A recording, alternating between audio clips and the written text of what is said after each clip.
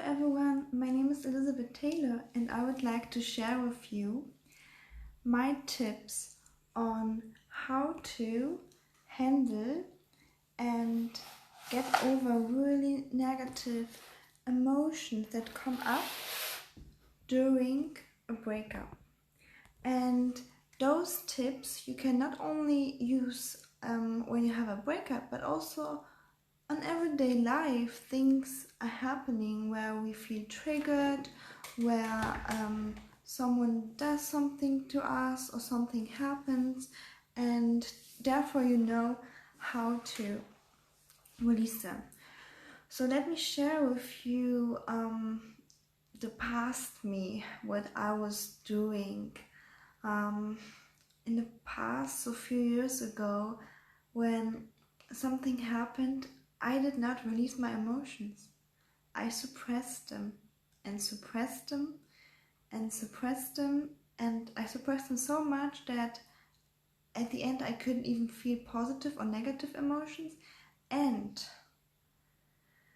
I felt so numb. And actually after a while they all bottled up all together and came up as an autoimmune disease that all my joint pain was hurting. There is like a metaphor that you can hold like one volleyball under the water. That's probably most of you can do it, right? But try to hold 2 or 3 or 4 volleyballs. It's really hard, and when there are too many, they will just come up. And therefore you see sometimes those people who just blow up because with every little thing they just blow up, or some people just start crying with every little thing. So that was kind of me. I wouldn't blow up, but I would just start crying. And I spent so much energy faking it I'm okay to the outside, but on the inside I felt so yeah, kind of numb or anxious. And for me, I found my way to distract myself, but when the breakup came, all my volleyballs came up at once. It felt so painful. For at least 2 weeks, I just couldn't stop crying. And I had so many panic attacks and I couldn't sleep. And back then, I didn't really know how to handle my emotions myself, but luckily I had a coach and she helped me release those.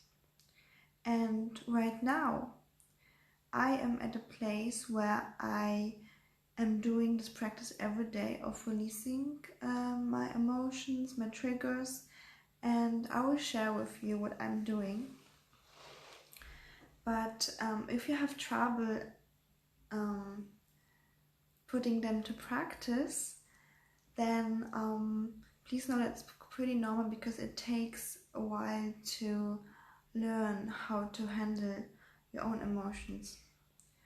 So my tip number 1 is to journal, to write everything down that you feel. So for example, if you feel like a victim, or you feel like this person does this to you, or you feel whatever icky emotions come up, just write them down. And for me this helps really a lot, because then I have the feeling that those emotions, they just stay on paper. And also for me what helps is moving my body. That really changes my emotional state. So for example, sometimes I just need to go for a walk, or I just need to maybe just go on my balcony to take some deep breaths, or go running. And this also helps because it's kind of breath work. because when you run you have to like breathe deeper. So there we just move slowly to the third method, and that would be breath work. So probably most of you haven't heard about it, but there's just like a meditation where you just breathe a lot, and that really helps changing the state. And last but not least, it is just the practice of sitting with your own emotions. When they come up, not running away, not hiding, but just sitting and acknowledging them. They won't eat you. I know it's hurting, but they come up to come out. And especially after a breakup, there can be many emotions coming up. So many that you can feel so overwhelmed. But please know, when we don't release them, they stay for years. And like they stay really for years, and they just bottle up. Therefore, it's so important to know how to do it. And just like I said, it's normal to sometimes not be able to do it by yourself, but then I would really advise you to ask someone to help you learn the techniques and the ways and the connection to yourself to be able to release, so the energy is kind of clean all day long. I really like the example of those little children that are 4, 5 years old. If they want to cry, they just cry. They release those emotions. And sometimes I see parents being mad at them, saying, stop crying, that's not good. But actually they just cry 5 minutes, and what do they do then? They're happy again, because they naturally are able to release. Therefore, that's really important. So when you're going through a breakup, it's going to take a lot of attention from your side. So it would be really good if you can take a few days off and just be for yourself there. Even when you journal all day long, or when you are there for you, and just be there for you and release those, because on the other side there's something more positive waiting for you. And sometimes we need someone who can hold the hand to be able to do it.